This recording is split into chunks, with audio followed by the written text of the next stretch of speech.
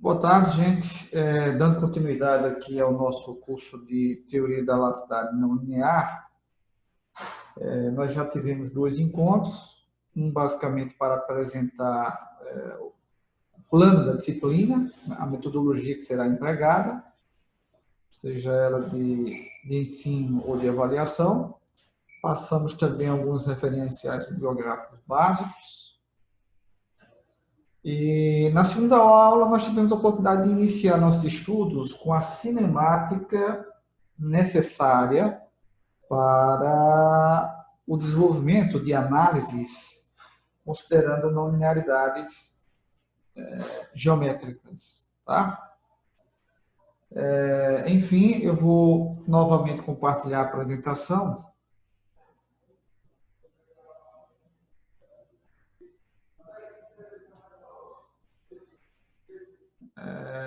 Todos estão vendo a apresentação?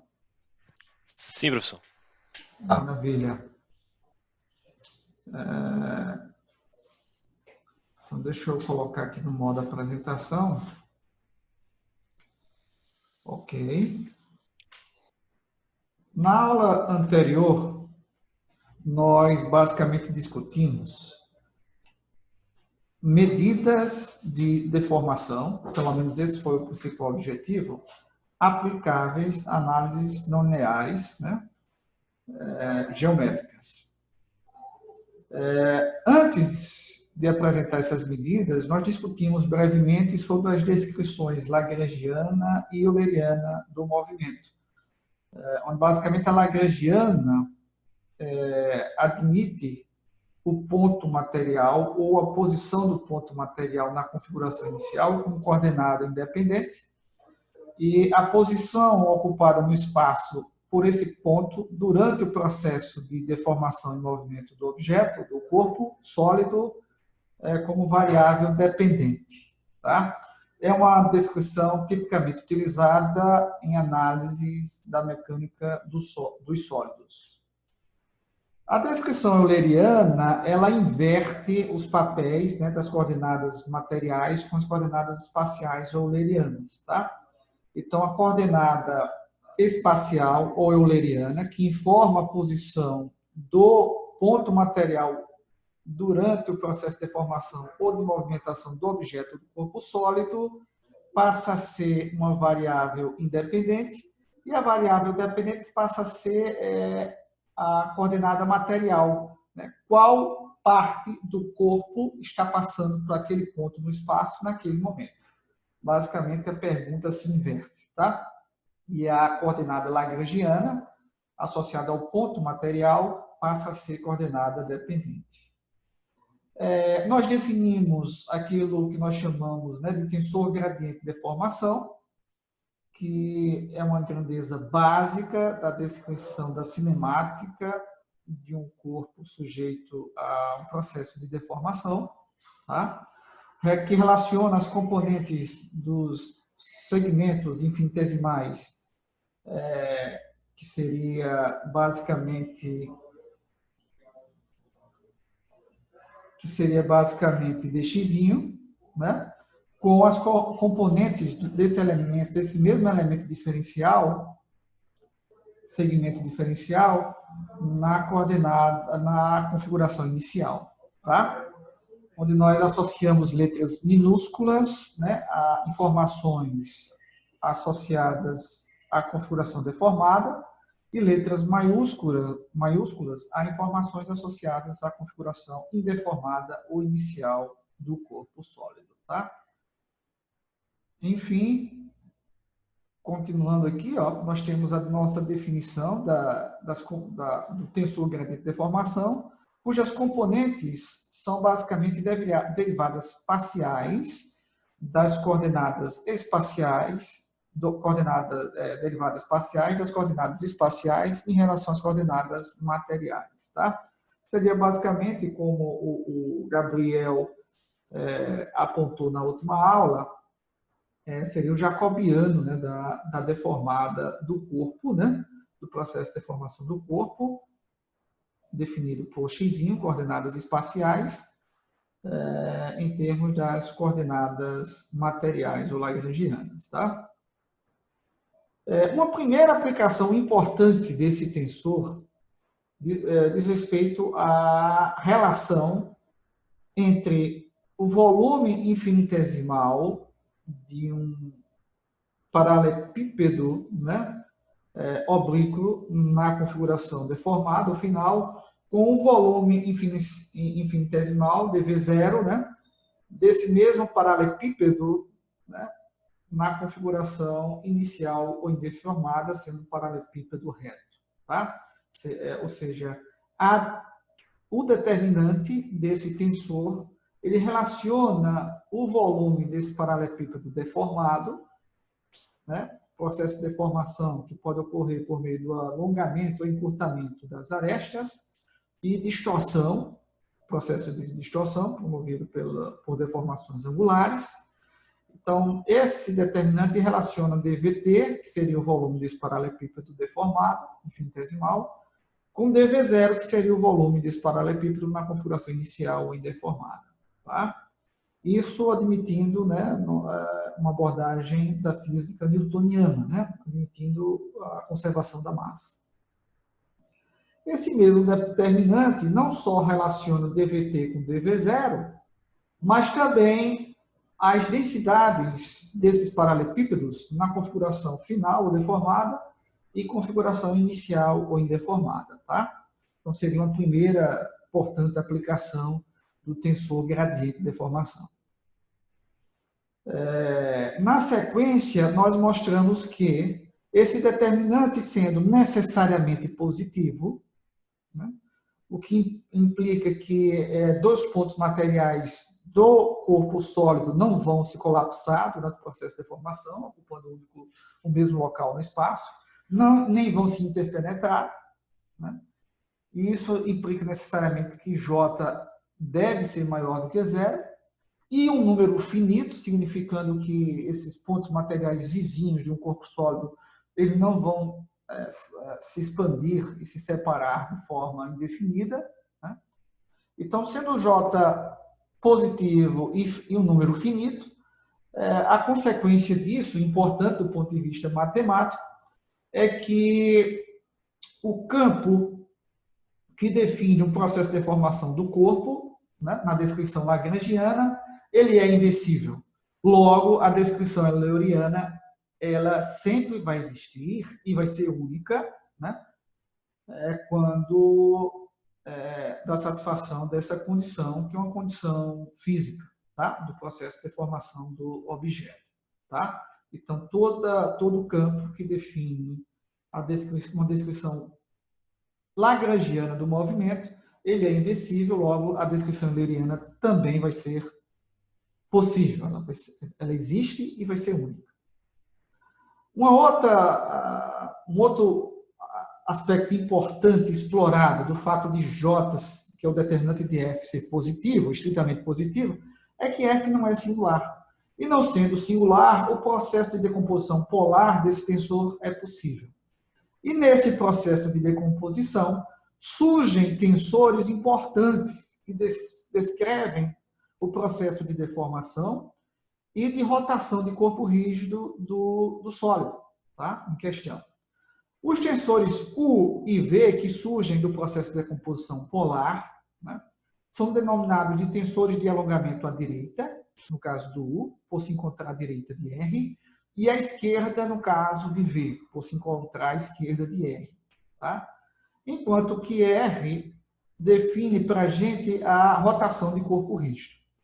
U e V são tensores simétricos positivos definidos, ou seja, a solução do seu problema, né, da sua forma quadrática, né, nos permite concluir que necessariamente todos os autovalores desses tensores U e V serão reais e positivos, né, estritamente positivos. Não serão nem negativos nem nulos. Então, se tratam aí de tensores positivos definidos. E sendo eles simétricos, há uma outra observação importante ou propriedade importante da álgebra linear. Os seus autovetores são mutuamente ortogonais entre si. Logo, define um sistema de coordenadas retangular, né? Um sistema cartesiano de coordenadas, né? Que nós denominamos de sistema principal, né? Onde, basicamente, no processo de diagonalização de U e V, surgem, né? O processo de diagonalização vai ser sempre possível, e surgem ali valores principais de U e V, que seriam seus autovalores, necessariamente positivos. O R seria um tensor ortogonal próprio, ou seja, suas linhas, os vetores que compõem suas linhas e suas colunas são mutuamente ortogonais entre si, né? Além disso, são vetores unitários, o que implica que o produto escalar desses vetores por eles mesmos, né, resulta em 1, né, uma vez que tem dimensão 1, são vetores unitários, e quando eles multiplicam outros vetores que compõem a linha ou coluna de R, resultam em 0. Tá?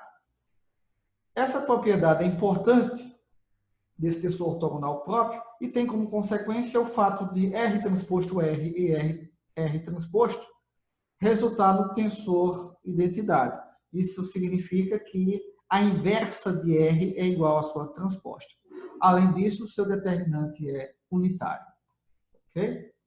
Enfim, nós decompomos o processo de deformação do objeto, né, na sua parcela associada à deformação pura, definida por U, e na sequência pela rotação do corpo G rígido R, né, e mostramos que para os eixos principais definidos pelos autovetores de U, né, onde esse tensor estaria diagonalizado, onde suas diagonais basicamente seriam formadas pelos seus autovalores.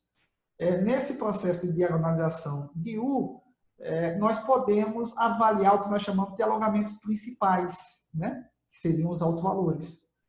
E quando esses alongamentos principais são maiores do que 1, efetivamente estaria ocorrendo um alongamento denominado simples na direção de xi, quando o I é maior que 1, um encurtamento simples, quando o I é menor do que 1, e basicamente nenhuma mudança de comprimento quando o I for unitário. Como nós já sabemos, U é um tensor positivo definido, logo esses autovalores necessariamente são positivos, não assumem valores nulos, o que iria representar o colapso de dois pontos materiais que se encontram vizinhos no sólido, né? Ou não vai haver também interpenetração, logo esses autovalores também não vão ser negativos, tá? Enfim, na sequência nós temos aqui a rotação de corpo rígido. Esse processo de decomposição do movimento do elemento infinitesimal dx, ele se dá por meio da translação, né, definida por um vetor que nós discutimos na aula anterior, que seria basicamente o vetor deslocamento, que seria x menos x, né, um vetor que une essas extremidades desses vetores x e x, definindo o deslocamento de dx, e a deformação que ocorre por meio do alongamento ou encurtamento seria definida pelo tensor U, que seria uma medida de deformação pura, tá? Vindo posteriormente a rotação definida por R, tá? Assim estaria decomposto, né, o movimento do elemento dx, usando essa decomposição polar de F em R e U. No caso da decomposição VR, a situação se inverte, tá? R continua sendo um tensor ortogonal próprio, associado à rotação do corpo rígido, enquanto que V seria um tensor positivo definido simétrico, associado a um processo de deformação pura, tá? Só que nessa decomposição, a rotação do corpo rígido vem primeiro, e a deformação pura definida por V na sequência, tá? Enfim, U e V são medidas de deformação pura, importantes, e que serão importantes para a gente nas análises que nós vamos fazer na sequência do curso, tá? No entanto, esse processo de decomposição polar pode ser um tanto quanto laborioso do ponto de vista algébrico. Logo, são medidas de deformação pura, são tensores associados ao estado de deformação puro, né? Que geralmente não se adota ou não se utiliza na prática. Então, vem aí a novidade da aula de hoje, né? Que seriam as outras medidas de deformação pura, alternativas a U e a V, e que são, do ponto de vista algébrico, mais simples de serem avaliadas, tá? Além de terem associadas a elas interpretações geométricas também interessantes, tá bom? Então, a primeira medida alternativa de deformação pura, que nós vamos tratar na aula de hoje, né, seria o tensor de deformação de Cauchy-Green. Nós temos duas alternativas para esse tensor de deformação de Cauchy-Green.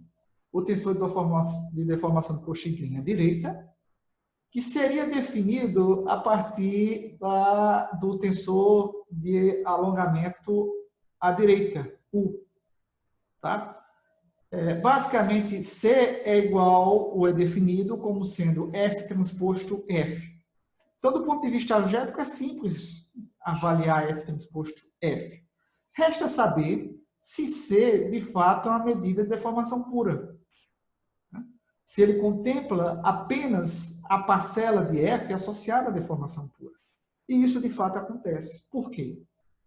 Porque na decomposição polar, quando nós temos a decomposição RU, ao substituir F transposto por RU transposto e F por RU, na transposição, né, na transposta operada sobre o produto RU, nós ficamos com o produto de U transposto, R transposto, né? Nós aplicamos a transpostas a R e a U e invertemos a ordem aí do produto. Então, ficamos com U transposto, R transposto, R e U. Esse produto de matrizes, ele atende, né, a propriedade associativa, então você pode realizar antes o produto de R transposto R, e ao fazer isso, nós sabemos que R transposto R é igual ao tensor ou a matriz de identidade, que quando multiplicada por U ou transposto, não vai alterar nem U transposto. Ficamos, então, com o transposto U, ou seja, o ao quadrado. Ou seja, ao definirmos C dessa forma, né, nós chegamos a uma relação entre C e o tensor de alongamento à direita, U. Né? Por isso que nós denominamos de tensor de deformação de Cauchy-Green à direita, tá? Porque ele pode ser definido usando meramente o U. Tá? Uma outra alternativa seria o tensor de deformação de Cauchy-Green à esquerda, onde nós definimos B, que é esse tensor, por F transposto. Ao fazermos isso, nós utilizamos, né, de forma conveniente nessa operação daqui, a decomposição VR.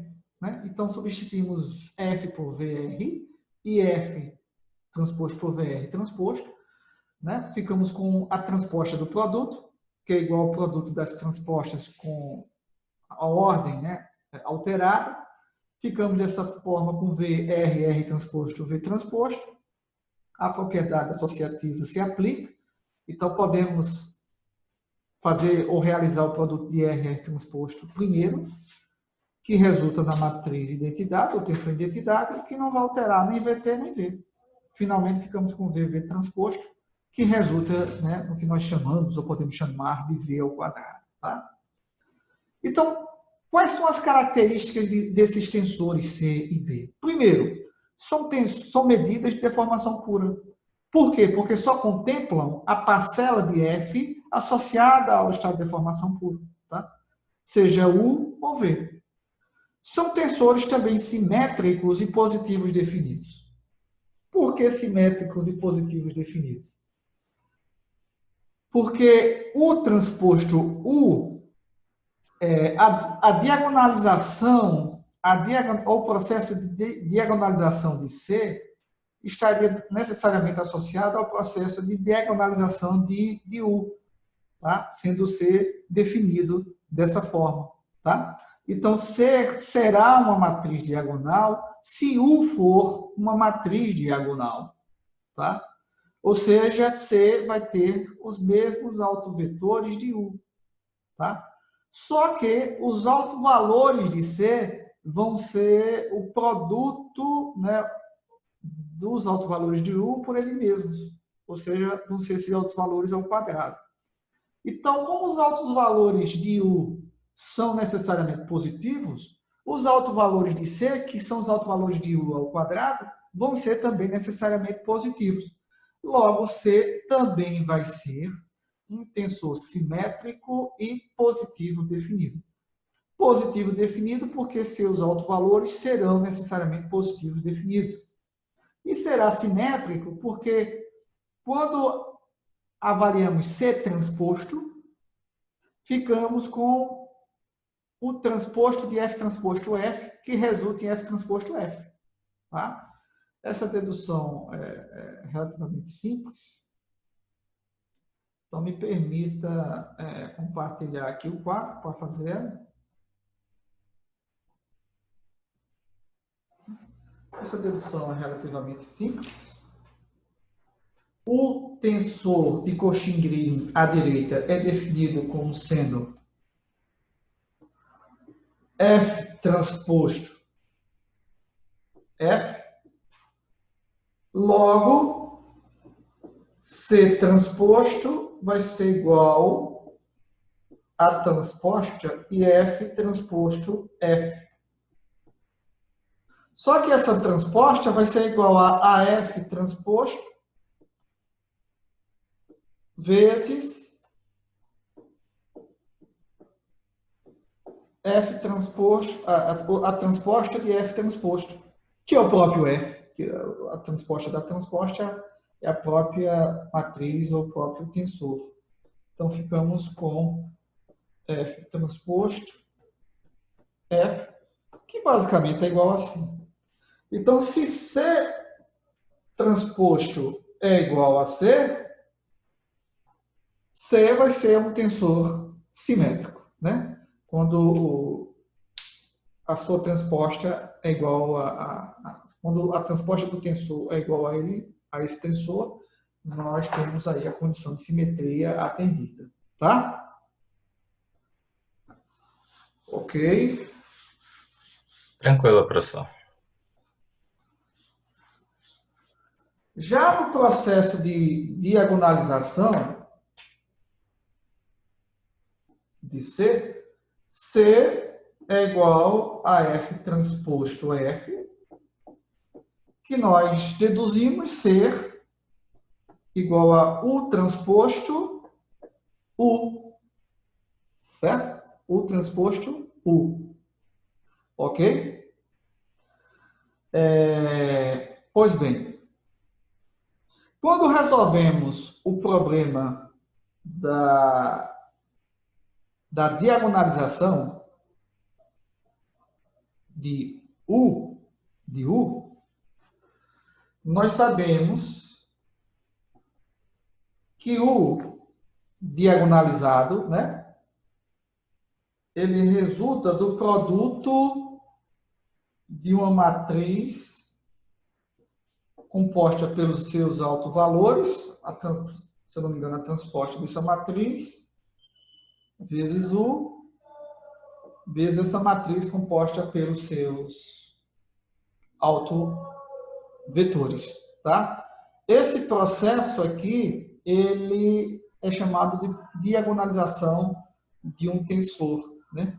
Quando nós multiplicamos ele, né, pelo um tensor composto pelos seus autovetores, tá? Pelos seus autovetores. Então, quando nós fazemos ou isolamos U vai ser igual a D vezes U diagonalizado vezes D transposto.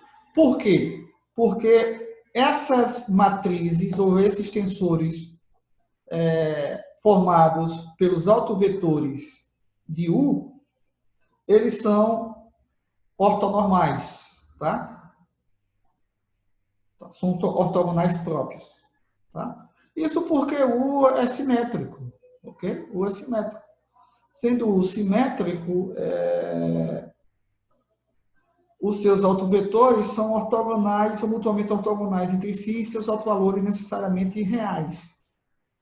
Então, essa matriz utilizada no processo de diagonalização de U é uma matriz ortogonal própria, tá?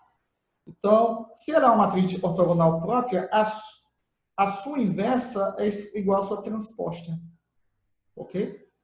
Então, eu multiplico aqui a esquerda por D, que é a inversa de D transposto, e multiplico a direita por dt, que é a inversa de D, né? Com isso, eu fico com U igual a D, U diagonalizado, D transposto. Tá bom? Ao substituirmos aqui, ó, né, eu vou ficar com U transposto é igual a D, U diagonalizado, D transposto, vezes D, U diagonalizado, D transposto. Ok? Isso aqui vai ser igual a D, U diagonalizado transposto, vezes D transposto, que multiplica D. Estou utilizando o fato desse produto ele atender a propriedade associativa. D transposto. Ao fazermos isso, eu vou ficar com D transposto. D, por se tratar de uma matriz ortogonal própria, vai resultar na identidade. Isso aqui vai resultar basicamente em D U barra transposto, que é o tensor U diagonalizado. U diagonalizado, D transposto. Tá? Quando nós fazemos isso aqui, ó, o tensor que resulta de U diagonalizado transposto, U transposto, é um tensor também diagonalizado, né? Diagonalizado. Que seria basicamente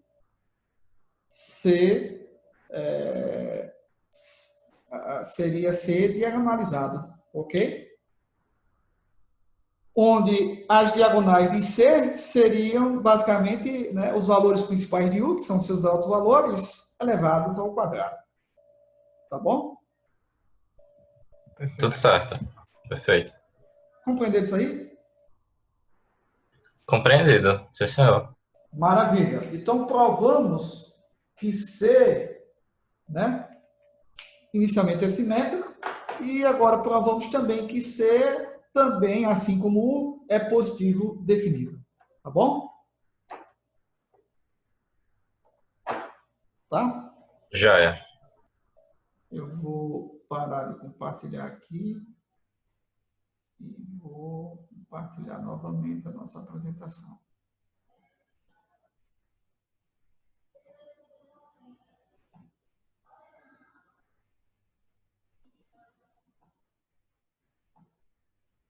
Ok.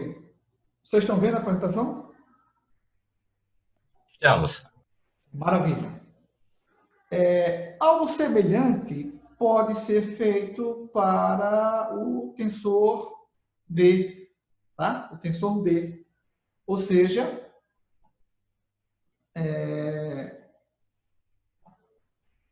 os autovetores de B coincidem com os autovetores de V. Isso significa que o sistema principal de B é o mesmo sistema principal de V. E seus autovalores seriam os autovalores de V elevados ao quadrado. Tá?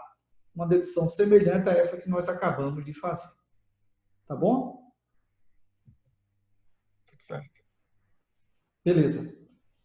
Então, poderíamos provar inicialmente que B é simétrico, porque o transposto de B vai ser igual ao transposto de F, F transposto, que é igual a F, F transposto. Ou seja, B transposto é igual a B, logo B é simétrico. E, além disso, tal como nós acabamos de fazer, o problema principal aplicado a V, né, que pode ser resolvido, né, dessa forma, né, usando o processo de diagonalização de V, nos faz chegar à conclusão que os altos valores de V, de B, são iguais aos altos valores de V, logo o sistema principal é o mesmo, e os altos valores de B seriam os altos valores de V ao quadrado. Tá? Perfeito. Beleza. Uma outra observação pertinente é que, né, no problema de valor principal, aí aqui eu vou voltar novamente ao quadro. No problema de valor principal, me permita apagar.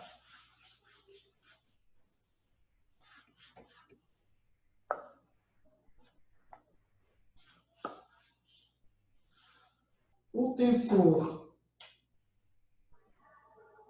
U diagonalizado, né, ou a representação desse tensor no seu sistema principal, definido pelos seus autovetores,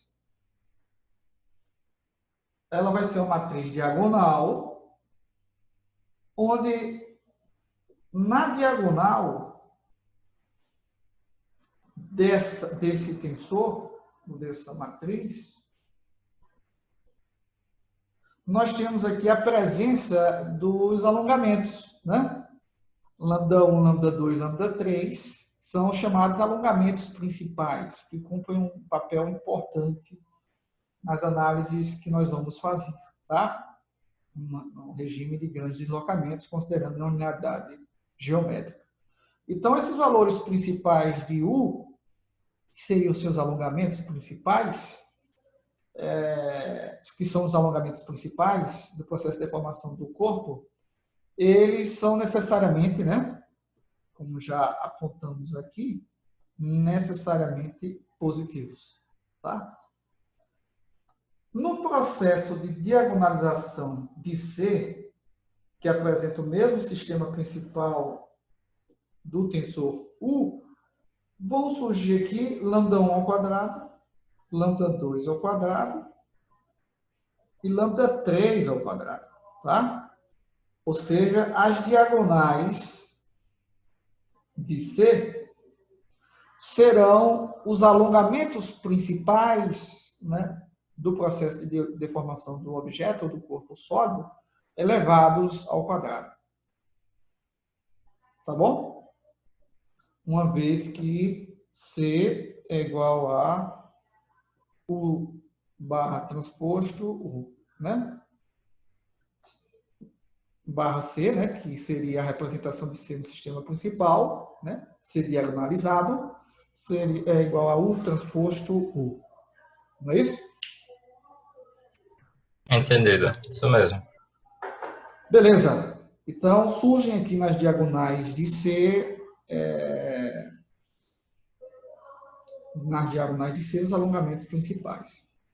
Então, na última afirmação lá do slide, tem dizendo o quê? Que na ausência de deformação, o tensor C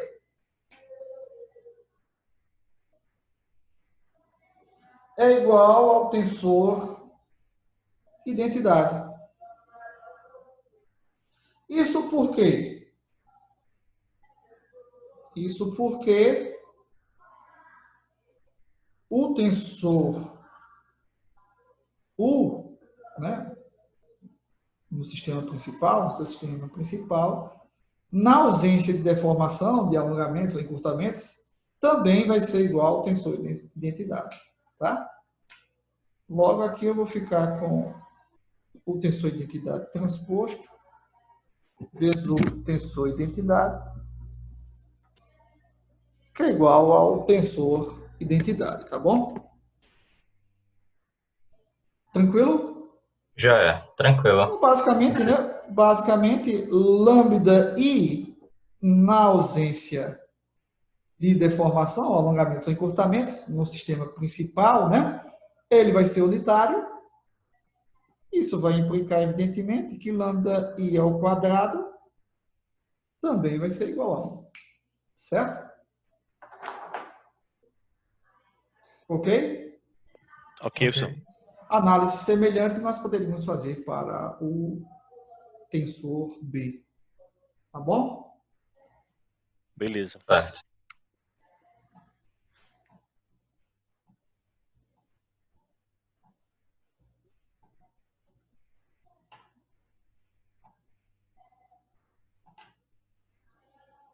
Então, vamos lá.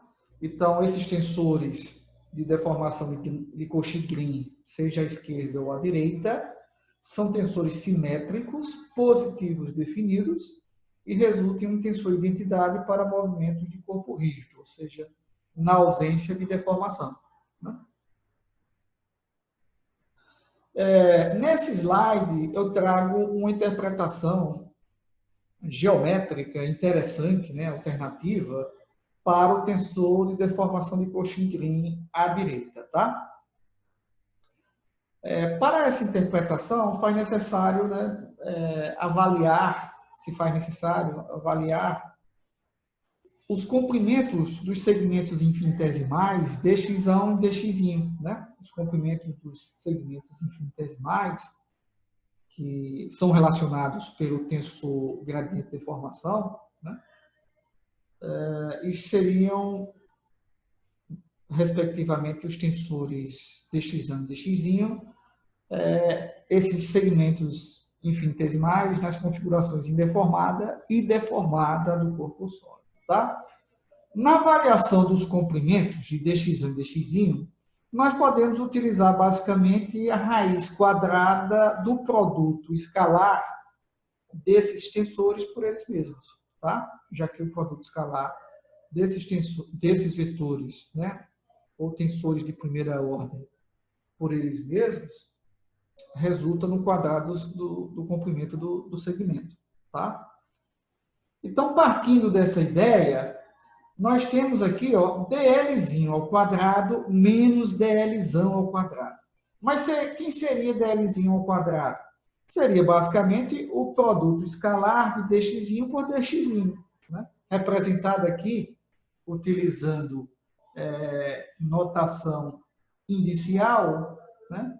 Por dx e dxi, enquanto que o comprimento ao quadrado de dx, que seria dlzão ao quadrado, resulta do produto escalar de dx por ele mesmo, que em notação inicial seria basicamente dx1k vezes dx1k. Tá? Obviamente aqui, né, com o cuidado de termos diferentes índices mudos, né, representando esses dois produtos escalares. Aqui eu substituo dxi por fi k dx1k e dxi, o segundo dxi por fzinho l dxão l, né, surgindo aqui, né, outros dois índices mudos, né, seriam os índices K e L. Tá bom? Isso seria basicamente né, a operação de multiplicação de um tensor de segunda ordem para um tensor de primeira ordem, né, representada utilizando notação inicial. Tá bom? Perceba que surge aqui dxão K, dxão L, que é diferente de dxão K, dxão K aqui do segundo termo. Para ficarmos com dxão K, dxão L no segundo termo, o que é que nós fazemos? Utilizamos o operador delta de Kloner, né? Delta KL, né? Colocando delta KL em evidência, Porque ΔKL operando em dxL resulta em dxK, né? Já que o delta de Kroner, na notação inicial, altera, né, sobre o índice mudo, alterando esse índice. Né? Tranquilo até aí? Perfeito, é isso mesmo.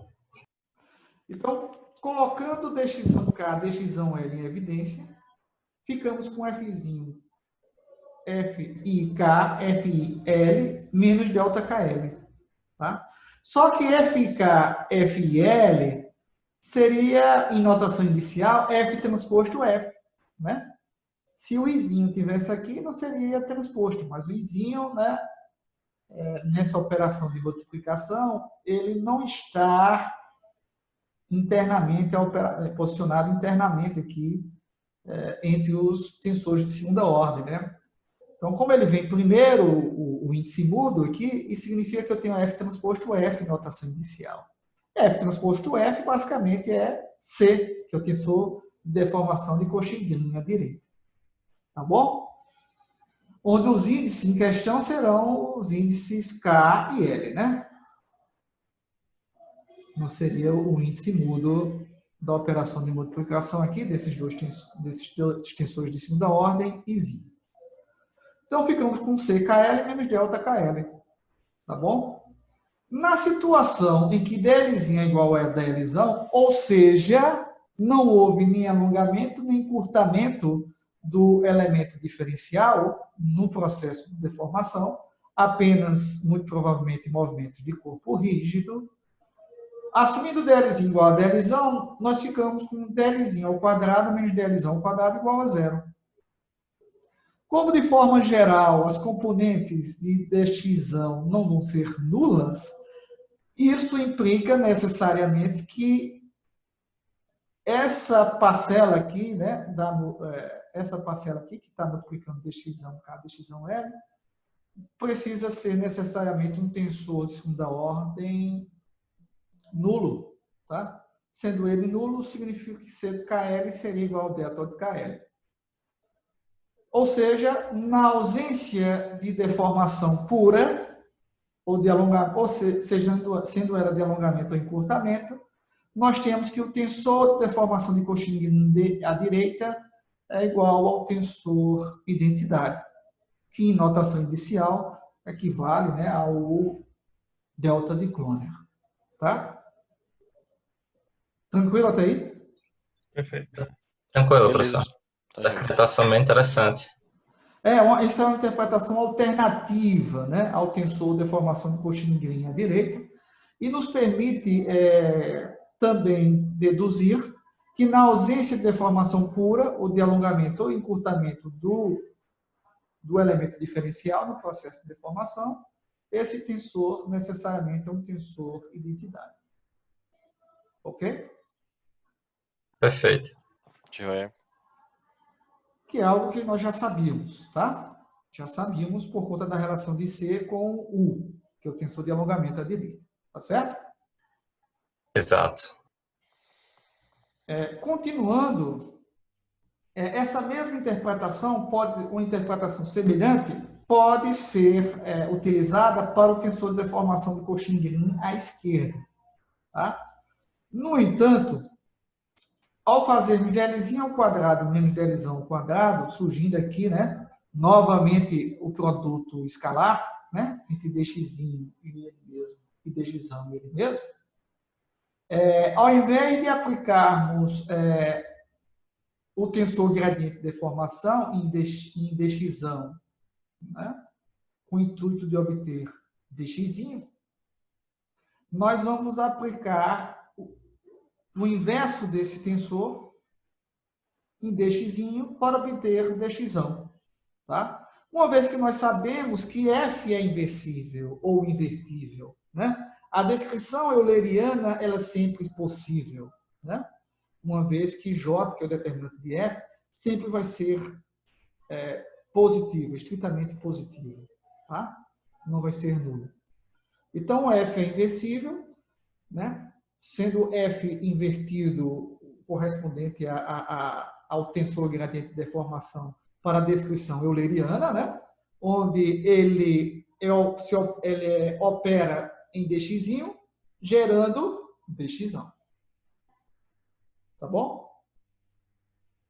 Já é. Se dx é igual a f dx, dx vai ser igual a f, o inverso de f, dx. Não é?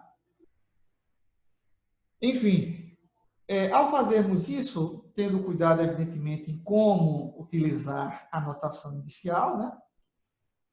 Surgem aqui índices mudos, que seriam os índices I e J, né? E ficamos com FKI menos 1, ou F, né? E F de KJ menos 1. Ok? Surgindo aqui DX e DXJ. DXI e DXJ. Que difere de DXI e DXI. Mas aí, nós podemos novamente se utilizar, né, do delta de Cloner com o intuito de operar sobre um desses índices aqui e mudar esse índice, né? Então, ficamos com dx e dxi igual a delta ij, dxi e dxj, né? Porque delta ij opera sobre dxij, mudando o índice para i, tá bom? Então, novamente, ficamos com dx e dxj, podendo, né, ser colocado em evidência. E delta de Cloner, né, delta ij, menos f de ki menos 1, f de kj menos 1. Tá? Que é basicamente, né, ó, eu tenho a transposta da inversa e a inversa, né? Ó, o produto da transposta da inversa pela inversa. Só que o produto da transposta da inversa pela inversa é igual à inversa de B. Por quê? Porque B é definido por F transposto. E logo a inversa de B, né, vai ser igual a a inversa de F transposto vezes a inversa de F. Que é igual a transposta de F, da inversa de F, vezes a sua inversa. Né? Onde nós utilizamos essas propriedades aqui da inversa do produto de matrizes. Tá? A inversa do produto é igual ao produto das inversas, né? Com a sequência alterada, né? Ao invés de termos AB, ficamos com B menos 1, A menos 1. E a inversa das transpostas é igual à transposta da inversa, que é outra propriedade aí para os sensores de segunda ordem, tá? Ou das matrizes. Então, provamos aqui que a inversa de B é igual à transposta da inversa de F vezes a inversa de F. Ou seja, aqui eu tenho a inversa de B. Então, uma vez que dLzinho é igual a dLzão, ou seja, não havendo nem alongamento nem encurtamento no elemento diferencial, né? Isso implica necessariamente que dLzinho ao quadrado menos dLzão ao quadrado vai ser igual a zero. Isso só vai ocorrer quando o dLzinho for igual a dLzão. Logo, necessariamente, né, esse tensor de segunda ordem que multiplica esse produto aqui, dxinho e dxinho j, que de forma geral é não nulo, né? Não nulo, nós não podemos atribuir um valor nulo a esse produto. Então, necessariamente, o que resulta, né, dessa operação aqui, entre parênteses, é um tensor de segunda ordem nulo. E ele só será nulo se a inversa de B for igual ao delta de Cloner. Ou seja, se a inversa de B for igual ao tensor identidade. Se a inversa de B é igual ao tensor identidade, né? Isso significa que B é um tensor identidade. Tá bom? Sendo B um tensor identidade, nós chegamos à conclusão que, na ausência de alongamento ou encurtamento, na descrição euleriana, que aqui nós utilizamos uma descrição euleriana, porque empregamos a inversa de F, não F, na descrição euleriana do movimento, na ausência de deformação, necessariamente B vai ser igual a um tensor identidade, tal como já havíamos observado anteriormente. Tranquilo? Tudo certo, entendido. Beleza. Ok. O tensor de deformação de Green-Lagrange é uma alternativa ao tensor de deformação de Cauchy-Green à direita e ao tensor de deformação de Cauchy-Green à esquerda. Assim como o tensor de Cauchy-Green e deformação de Cauchy-Green à direita, o tensor de deformação de Green-Lagrange é aplicado, né, a uma descrição lagrangiana do movimento. E ele é basicamente definido, é uma definição, como sendo 1 sobre 2 vezes CJ menos delta de IJ. Tá? Isso significa o quê? Se C é simétrico, vai ser simétrico também, concorda comigo? Porque o tensor de identidade, ou delta de Cloner, é simétrico. Então, a subtração entre tensores simétricos resulta em um tensor simétrico. E o produto por 1 sobre 2 não vai alterar essa propriedade. Tranquilo? Já é.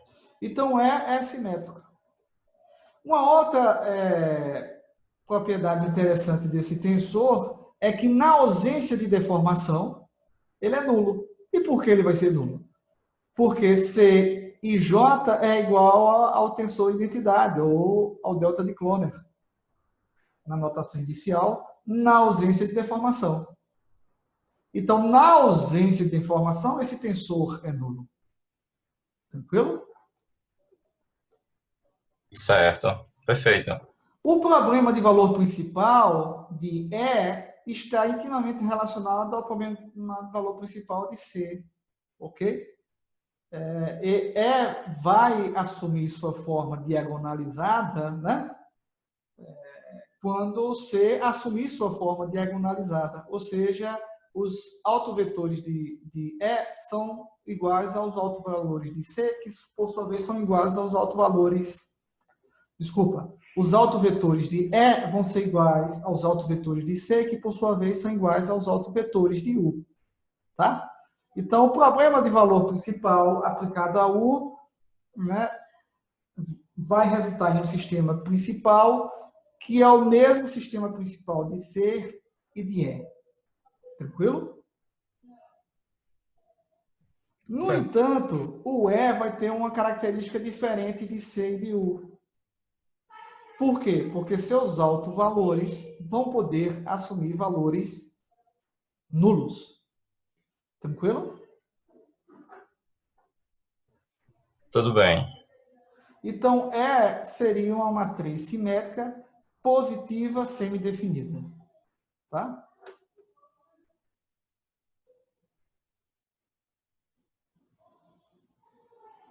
Tudo certo. Ok? Entendido, professor.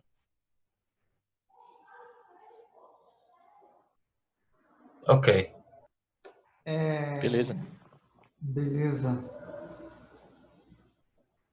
Então, desculpa, o tensor de deformação de Green-Lagrange vai ser simétrico como C e vai ter como sistema principal o mesmo sistema principal de C e de U. Tá? No entanto, os seus autovalores não vão ser necessariamente positivos, né? Estritamente positivos. É isso que podemos afirmar com relação a esse tensor. Tá? No entanto, os seus autovalores podem ser negativos, né?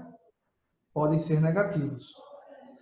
Caso os autovalores de C estejam entre 0 e 1. Ok?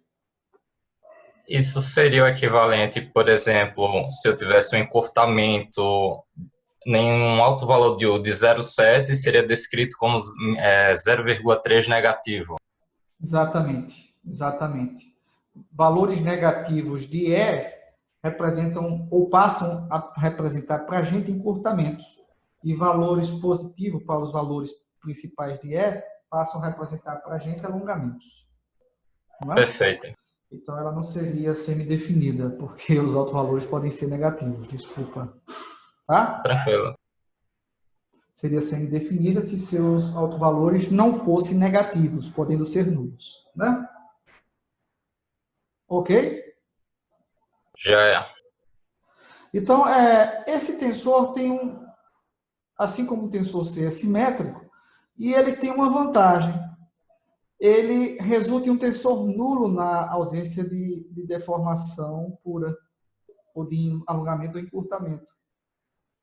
Então, assim, na ausência de alongamento ou encurtamento, ele vai ser nulo. Tá? Então, associar valores nulos à ausência de um fenômeno é algo tanto quanto mais natural para a gente.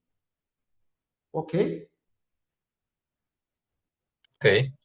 A presença de um meio aqui, ela vai ser justificada mais adiante. Tá certo? Então, uma Tudo bem. interpretação geométrica alternativa desse tensor é ficarmos aqui com dLzinho ao quadrado menos dLzinho ao quadrado sobre 2. Nós sabemos que dLzinho ao quadrado menos dLzinho ao quadrado sobre 2 é igual a CIJ menos delta de J, dxão I, dxão J. Não é isso? Isso mesmo. Então, no final das contas, esse termo que multiplica dxão I, dxão J seria o tensor, né, de deformação de Green-Lagrange. Tá? E na ausência de alongamentos ou encurtamentos, dLzinho igual a dLzão, que implica dLzinho ao quadrado menos dLzão ao quadrado igual a zero, o que vai implicar é de J nulo, como nós já sabemos, tá? Uma última observação é que ele é um tensor geralmente aplicado, né, explorado, né, numa descrição lagrangiana do movimento, certo? Certo. Ok. Uma outra medida de deformação pura, bastante útil para a gente, é o tensor de deformação de Helmholtz, né? Bastante explorado numa descrição euleriana do movimento. Tá? Assim como o tensor de deformação de Green-Lagrange, o tensor de deformação de Helmholtz é uma definição. Sendo ele uma definição, nós o definimos como sendo um meio de delta ij menos b de j menos 1. Tá? Na ausência de deformação, né, ou de alongamento ou encurtamento, assim como o tensor de deformação de Green-Lagrange, o tensor de deformação de Helmholtz, ele vai ser nulo. Né? Ele é um tensor simétrico, porque B é simétrico, né? Logo sua inversa é simétrica.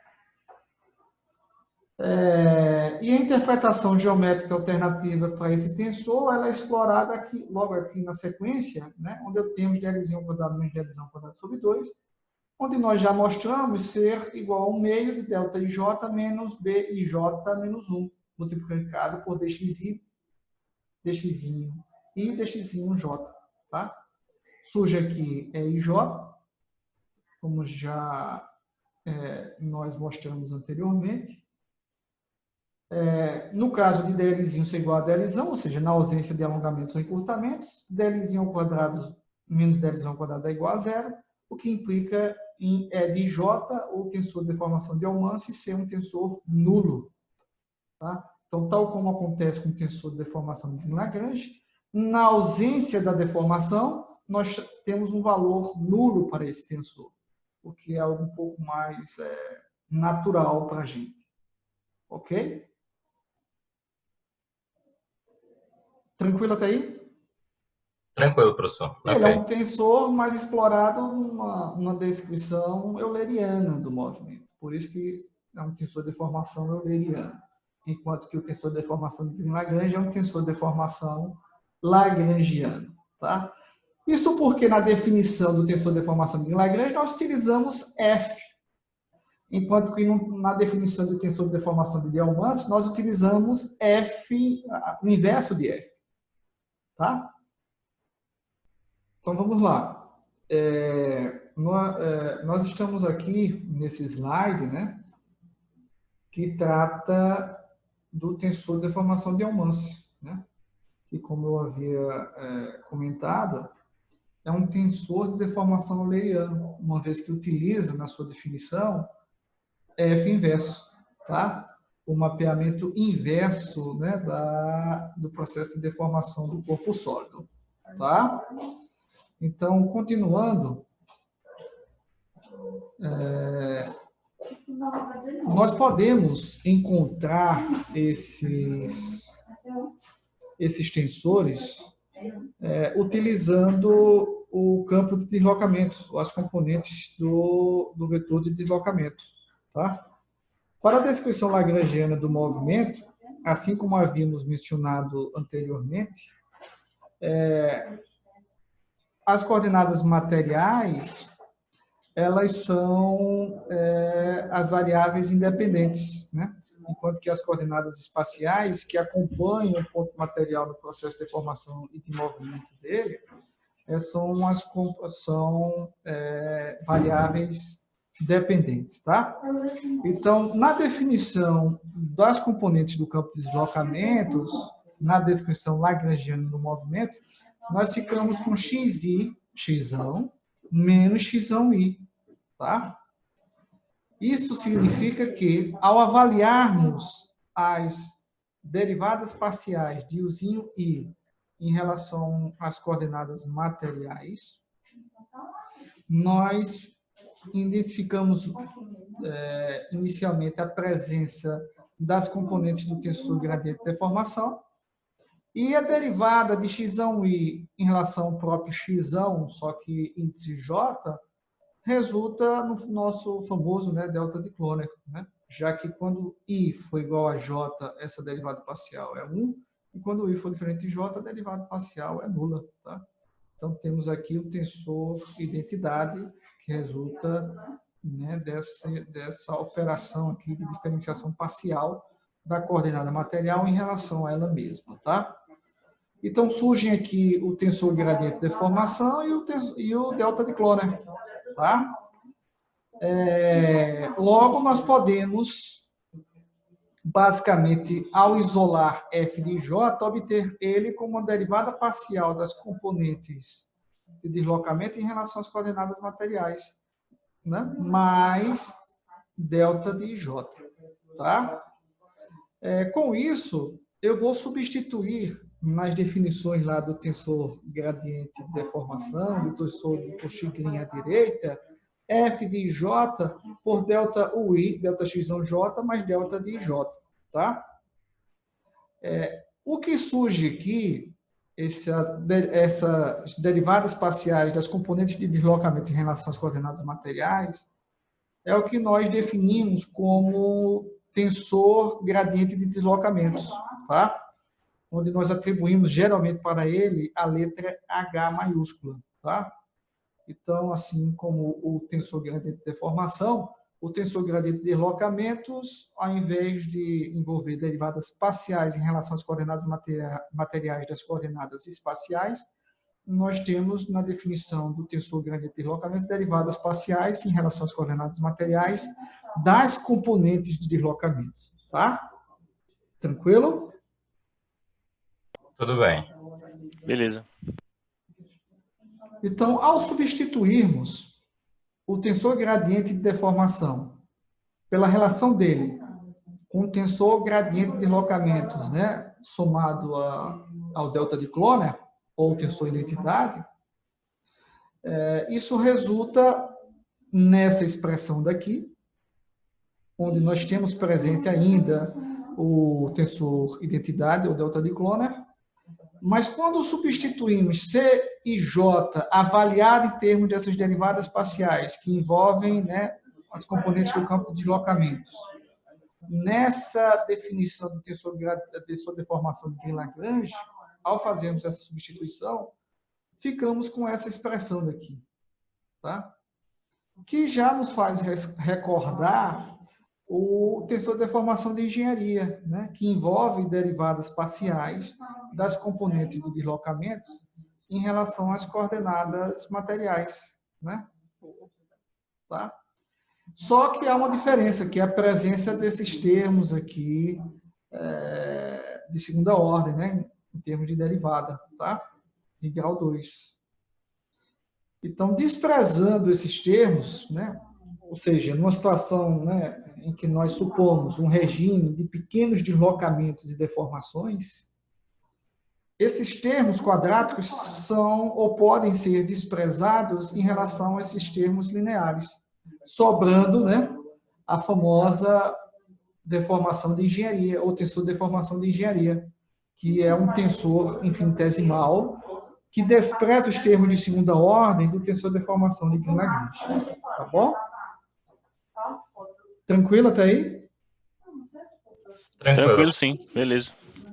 Beleza. Então, nós chegamos aí a uma particularização do tensor de deformação de Lagrange, né, quando nós desprezamos os termos de segunda ordem, chegando no famoso tensor de deformação de engenharia.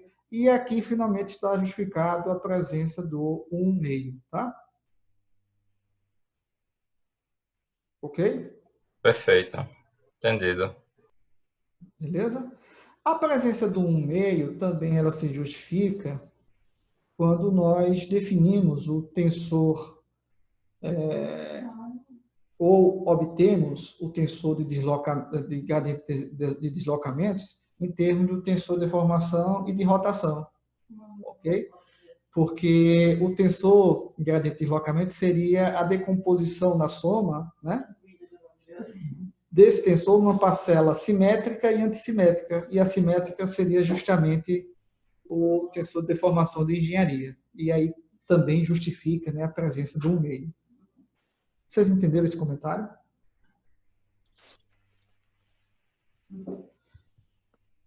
Eu posso ir para o quadro. Então vamos para o quadro, tá? Ok, professor. Nós vamos para o quadro.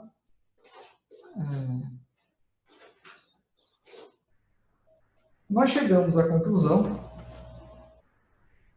de ρ1 de ρx1j vai ser igual a f de j mais delta de j. Não foi isso? Isso. Beleza. Esse tensor que surge, né, das derivadas parciais das componentes do campo de deslocamentos em relação às coordenadas materiais, nós o denominamos de tensor gradiente de deslocamentos, tá? Ok? Nós o denominamos de tensor gradiente de deslocamentos. Esse tensor, ele é utilizado na definição do tensor de deformação de Lagrange. IJ é igual a 1/2 de HIJ mais HJI mais HKI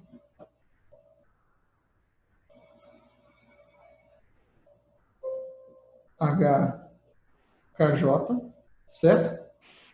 Que é justamente aquela expressão que está lá no slide, tá? Só que ao invés de utilizarmos aqui derivadas parciais no campo de deslocamento em relação às coordenadas materiais, eu estou usando a própria definição do tensor gradiente de deslocamentos. Tranquilo até aí? Tranquilo. Beleza. Uma particularização desse tensor tensor de deformação de Lagrange, né, para o regime de pequenos deslocamentos e deformações, né, onde desprezamos os termos de segunda ordem do tensor de deformação de Lagrange, seria basicamente, né, a soma, né, 1/2 da soma de H e J mais HJI. Tá? Da forma que nós definimos esse tensor, que é o tensor de deformação de engenharia, epsilon de J é igual a epsilon de JI. Ok? Faz sentido. Ele é simétrico. Né? Se eu troco aqui os índices, né? A soma ela é comutativa, né? A ordem não altera aqui o resultado, então eu vou ficar da mesma forma, né? Eu vou ficar a rigor com HJI mais HIJ, que é igual a HIJ mais HJI. Tranquilo? Beleza, tranquilo. Ok. Na teoria da elasticidade linear, nós temos um tensor chamado tensor de rotações, pequenas rotações, tá? Que ele pode ser definido como sendo HIJ menos HJI, tá? Diferentemente do tensor epsilon,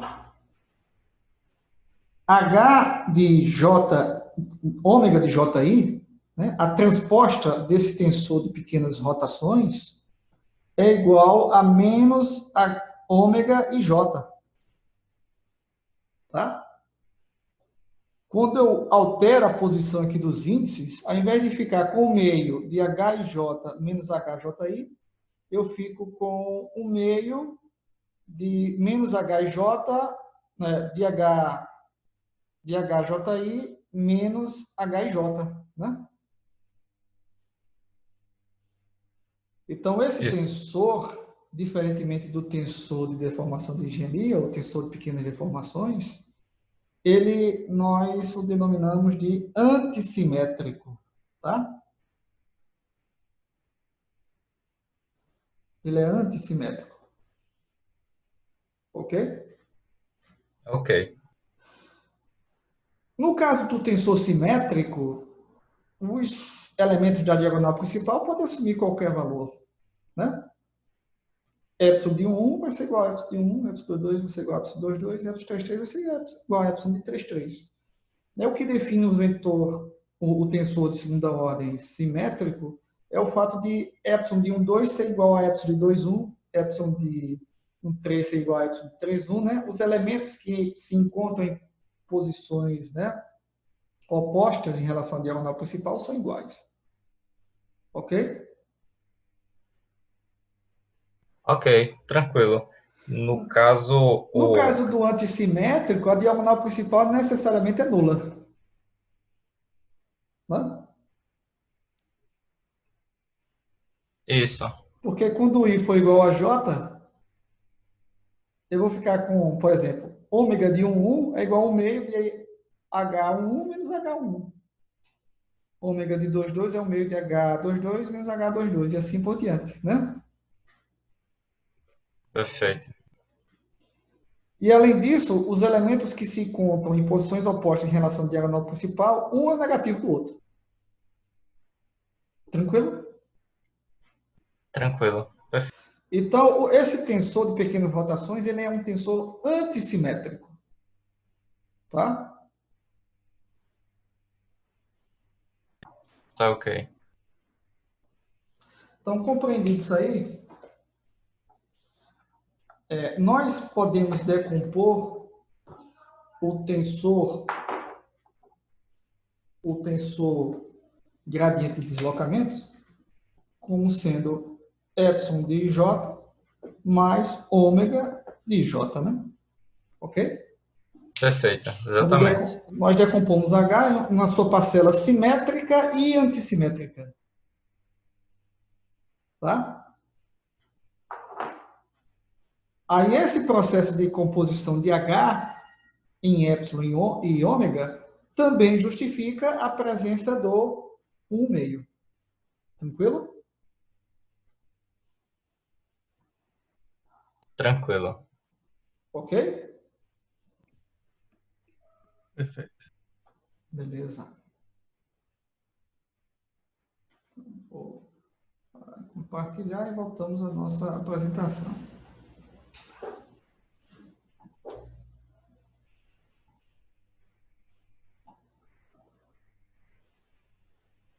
Ok?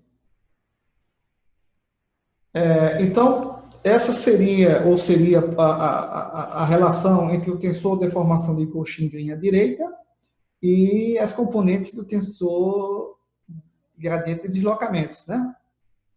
Certo? Onde nós temos aqui a particularização para um regime de pequeno deslocamento de deformações desse tensor de deformação de Klein-Lagrange no tensor de deformação de engenharia. Tá bom?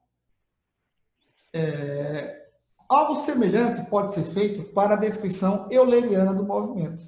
Tá? Na descrição euleriana do movimento, né, as posições, né, de x e x se invertem no que diz respeito a quem será a variável dependente e independente do nosso problema. Nesse caso, a variável independente passa a ser x e a variável dependente passa a ser x, tá? E o i x é igual a x i menos x i x, tá?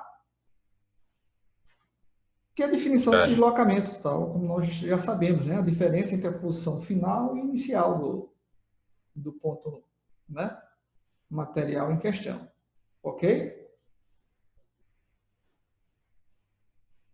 Ok. Agora, ao invés de realizarmos derivadas parciais em relação às coordenadas materiais ou lagrangianas, nós realizamos derivadas parciais em relação às coordenadas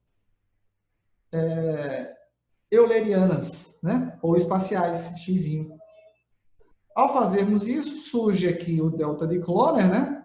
Onde eu derivo a coordenada espacial ou euleriana por ela mesma, com índices que podem ser iguais ou diferentes. Sendo diferentes, nós temos uma derivada resultando em 0. Sendo igual, temos uma derivada resultando em 1, né? Resultando finalmente num tensor identidade ou num delta de Cloner. Já a derivada de x i em relação a x j resulta no inverso do tensor gradiente de deformação, né? Que obtém as componentes de dx em termos das componentes de dx. Tá bom? Já é. Típico da descrição euleriana do movimento. Então, essa inversa do tensor gradiente de deformação vai ser igual a delta ij menos essas derivadas parciais das componentes de deslocamentos em relação a x, tá? Aqui, né, não surge o tensor gradiente de deslocamentos, né, que é definido como, né, a partir das derivadas parciais das componentes do campo de deslocamento em relação às coordenadas materiais ou lagrangianas. Mas surge um Hzinho, né, um alternativo do Hzão, uma descrição euleriana do movimento. Tá bom? Certo. A gente poderia usar um Hzinho, né? Já que se trata aí de uma informação associada à descrição euleriana do movimento.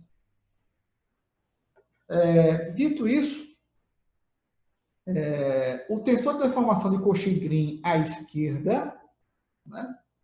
Ou a inversa dele, né? A inversa dele pode ser avaliada dessa forma aqui, né? Ao substituirmos as inversas do tensor gradiente de deformação pela relação obtida anteriormente. E o tensor de deformação de Almance, típico de uma descrição euleriana do movimento, né, que foi definido dessa forma, ele resulta nessa expressão daqui, semelhante à expressão que nós obtivemos, né, para o tensor de deformação de Green-Lagrange, só que envolvendo derivadas parciais em relação às coordenadas espaciais, e não mais às coordenadas materiais, né? Derivadas parciais em relação às coordenadas eulerianas, e não mais às coordenadas lagrangianas, tá? Quando desprezamos os termos de segunda ordem do tensor de deformação de Almance, surge aí um tensor de pequenas deformações euleriano, né, ou infinitesimal, tá? Que pode ser explorado, né, em algum momento nós vamos explorá-lo, numa formulação dita lagrangiana atualizada, tá? Nós podemos explorar esses dois tensores aí, o tensor de deformação de Almance e o tensor de pequenas deformações euleriano, tá? Também esse tensor de pequenas deformações euleriano é explorado na análise, né, energética, né, do que nós denominamos de energia de deformação, né, onde nós temos para esse tensor, né, como conjugado energético, o famoso tensor de tensão de Cauchy. Ok? Tudo bem.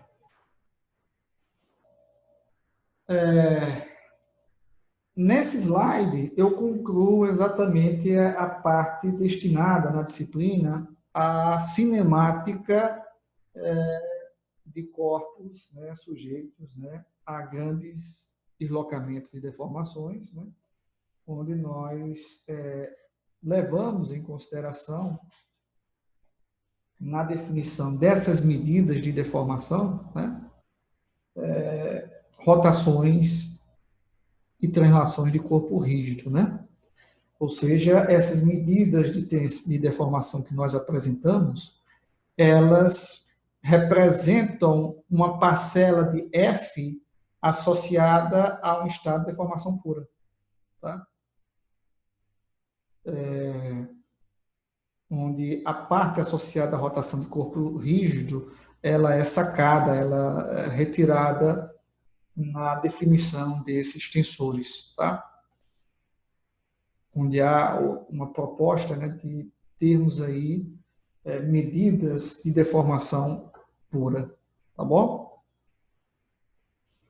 Então, diferentemente da aula anterior, onde o processo de decomposição polar nos permitiu obter também tensores de deformação pura, né, que medem o estado de deformação pura, que seriam os tensores de alongamento à direita e à esquerda, o IV. Na aula de hoje, nós definimos outras medidas alternativas, né, mais fáceis de serem utilizadas do ponto de vista algébrico, né, de serem obtidas do ponto de vista algébrico. Seriam os tensores de deformação de Cauchy-Green, à direita e à esquerda, o tensor de deformação de Green-Lagrange, o tensor de deformação de Almans, e, finalmente, nós particularizamos, né, desprezando os termos de segunda ordem, nos tensores de deformação de Green-Lagrange e no tensor de deformação de Almans, nós desprezando os termos de segunda ordem, nós chegamos a medidas de deformação, né, infinitesimais, lagrangianas e eulerianas. Tá? Algum comentário, alguma dúvida em relação ao que foi apresentado hoje? Não, professor, não. Gabriel, Aleph? A aula Só agradecimento, só. Foi bem esclarecedora a aula. Beleza, ótimo. Então, na próxima aula, nós vamos apresentar a parte associada à estática, né? Já que a cinemática foi apresentada nessas duas últimas aulas, tá bom? Onde nós vamos nos debruçar sobre as medidas de tensão, né? Utilizadas na análise não linear, tá? Na teoria da elasticidade não linear. Ok? Tá bom, ok. Ok, tudo bem. Dito isso, eu já vou atualizar lá no site a data de entrega da segunda lista, que trata exatamente da cinemática, né? Dessas medidas que foram apresentadas nas últimas duas aulas, tá? Então, eu vou atualizar a data da segunda lista para daqui a 15 dias, tá bom? Acho que 2 semanas são suficientes. Ok, professor. É uma Tudo bem. lista menos laboriosa do que a primeira, né? Realmente a primeira é uma lista bastante laboriosa, né? Exige realmente uma boa dedicação de tempo. No entanto, essa lista é um pouquinho mais... ela se aprofunda mais no conteúdo, né, que foi apresentado aqui. Tá? Beleza, tá bom. Apresenta um nível de complexidade um pouco maior. Tá bom? Beleza. Beleza, gente. Então, até a próxima quarta. Cuidem-se, tá? Valeu, Valeu, professor. Até professor. mais. Tchau, tchau. Tchau. Obrigado. Também. Tchau, tchau.